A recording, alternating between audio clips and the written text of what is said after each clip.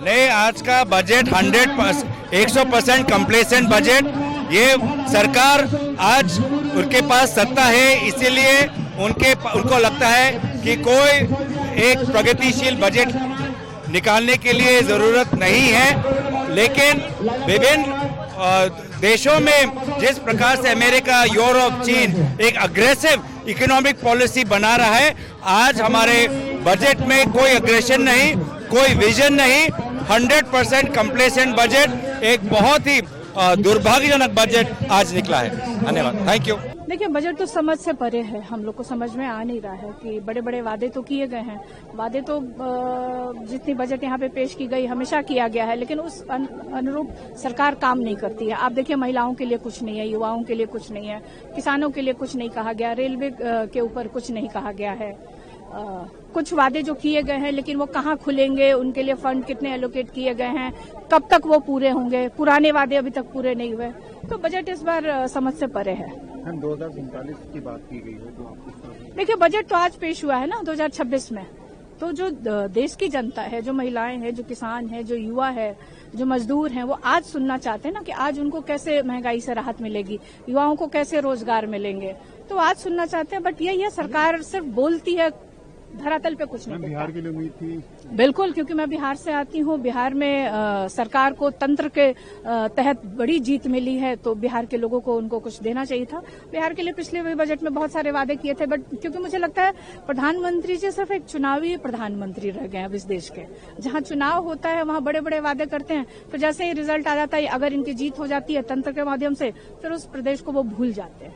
Very disappointing. And most of the states had requested for a devolution of funds of 50%, and again they've said only 41%. That is very disappointing for all the states. And there's nothing actually concrete in this budget. And even with the elections in mind, they have not announced anything for Tamil Nadu. They're not giving us anything, but then they want to, mine rare earth from Tamil Nadu, and it's a very disappointing budget. The government is saying that it is a reform express budget. Reform express budget. I can't see the reforms, and where is the express? देखिए, हर साल की तरह budget तो निराशाजनक ही रहा है। महंगाई को लगाम लगाने के लिए कोई किसी तरीका का कोई प्रोविजन नहीं, कोई दिशा नहीं दिखी। मैं तो पंजाब की बात करूंगा, मैंने पहले भी कहा है कि पंजाब का तो पूरे बजट में एक बार जिक्र तक नहीं आया। ये स्पेशल इंडस्ट्रियल कॉरिडोर बनाने की बात आई है, तो वो भी केंद्र सरकार ने साउथ के उन स्टेट्स को, या सेंट्रल इंडिया के वो स्टेट जहां इनको इलेक्शन लड़ना है, ये स्पेशल नेशनल एक्सप्रेस कॉरिडोर बनाने की बात आई है। उसमें पुणे, गुजरात, हैदराबाद, मुंबई, बेंगलोर और चेन्नई जोड़ा है, पंजाब उससे भी बाहर किया गया है। तो डेफिनेटली अगर टूरिज्म को प्रमोट करने की बात है तो उसमें भी नॉर्थ ईस्ट और साउथ का कुछ हिस्सा, यहाँ हिली जो स्टेट्स हैं उनको लिया गया। तो पंजाब के लिए तो बड़ा निराशाजनक बजट है। अदरवाइज देश के पॉइंट ऑफ व्यू से भी कहीं ना कहीं महंगाई को लगाम लगाने की कोई बात नहीं है। गरीब और मजदूर को कहीं जिक्र ही नहीं है पूरे बजट में।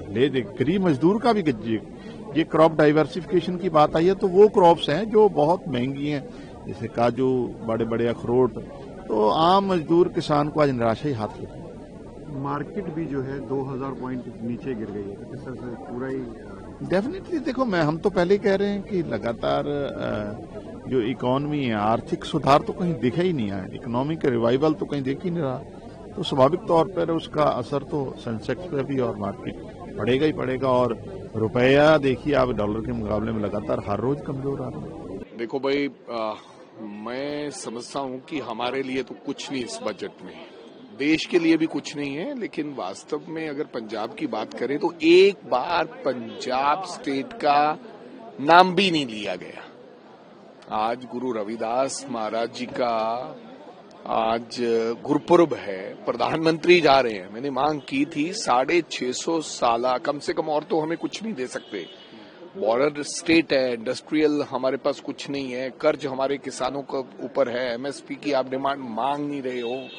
लेकिन कम से कम आज गुरु रविदास महाराज जी का गुरपुरब है। मैंने कहा था कोई बड़ी इंटरनेशनल लेवल की यूनिवर्सिटी घोषित कर दो जिसमें कोई 6,500 करोड़ रुपया लगे ताजो 650 साल है, और आप कम से कम ये कर दो कि पूरा साल हम इस शताब्दी को मनाएंगे। आपने दिया क्या है हमें? कुछ नहीं। तो मेरे को लगता है कि बहुत सी जो उम्मीदें थी देश को, आपको पता है सोने का क्या भाव हो गया है? 1,75,000, कभी 1,55,000। तो कहने का भाव ये है कि देश डूबता जा रहा है और देश की इकोनॉमी डूबती जा रही है। आप लोगों को तो ज्यादा इकोनॉमी की नॉलेज नहीं है कि कैसे डेट होता है, कैसे जीडीपी ग्रोथ होती है, कैसे इकोनॉमिकली ग्रोथ होती है, लेकिन देसी तरीका इसका है कि अगर सोना महंगा हो रहा है और डॉलर महंगा हो रहा है तो देश नीचे जा रहा है।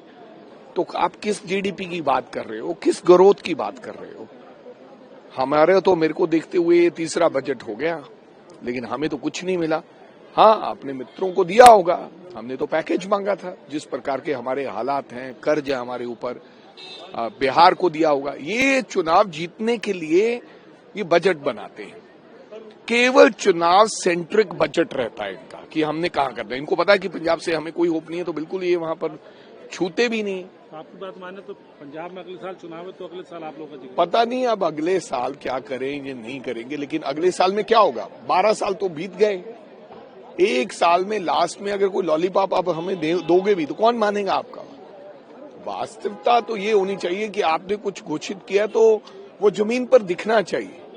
हमें तो आपने दिया नहीं, 12 साल से दिया नहीं।